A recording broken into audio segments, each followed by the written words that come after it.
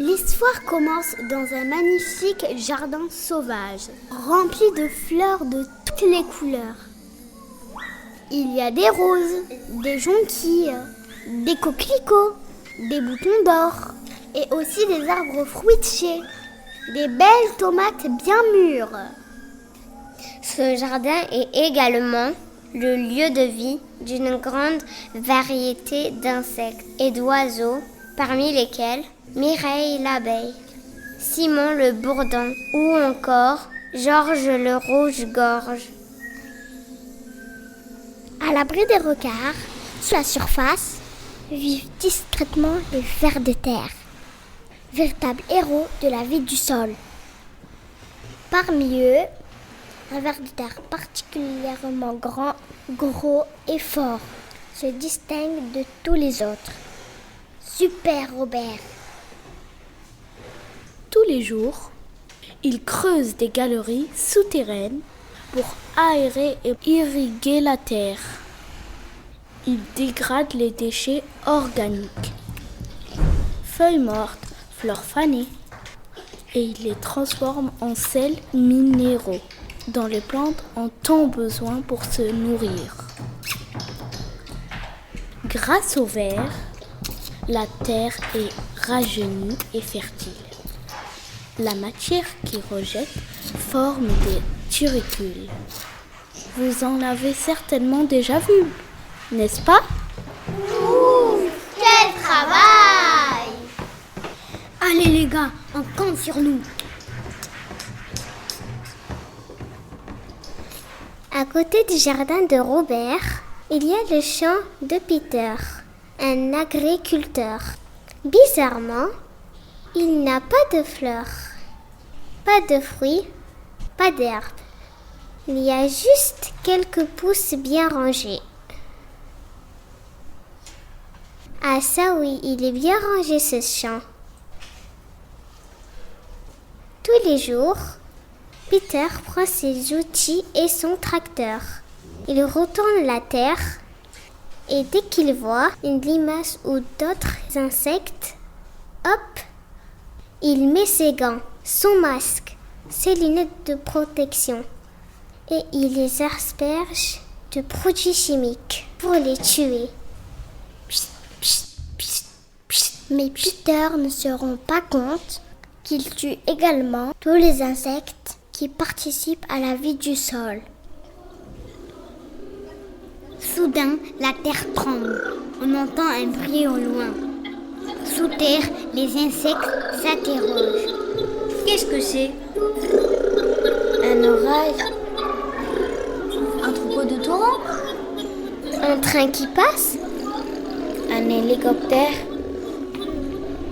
Une tornade? Une éruption volcanique? Un tractopelle? À toi de jouer, Pénélope. Pénélope a la meilleure vue de la tribu. elle se transforme en périscope pour aller voir, sans se faire voir, ce qu'il se passe en surface. Oh non! C'est encore le jour royal de Peter! Tous aux abris! Les vers de terre s'enfuissent au plus profond du sol. En surface, les animaux et les insectes s'enfuient. On a marre. Mais quand est-ce qu'il va prendre sa retraite? Quand est-ce qu'il se débarrasse du Giraud pour ailleurs? Il nous casse les oreilles. Je vais déménager dans le jardin d'à côté.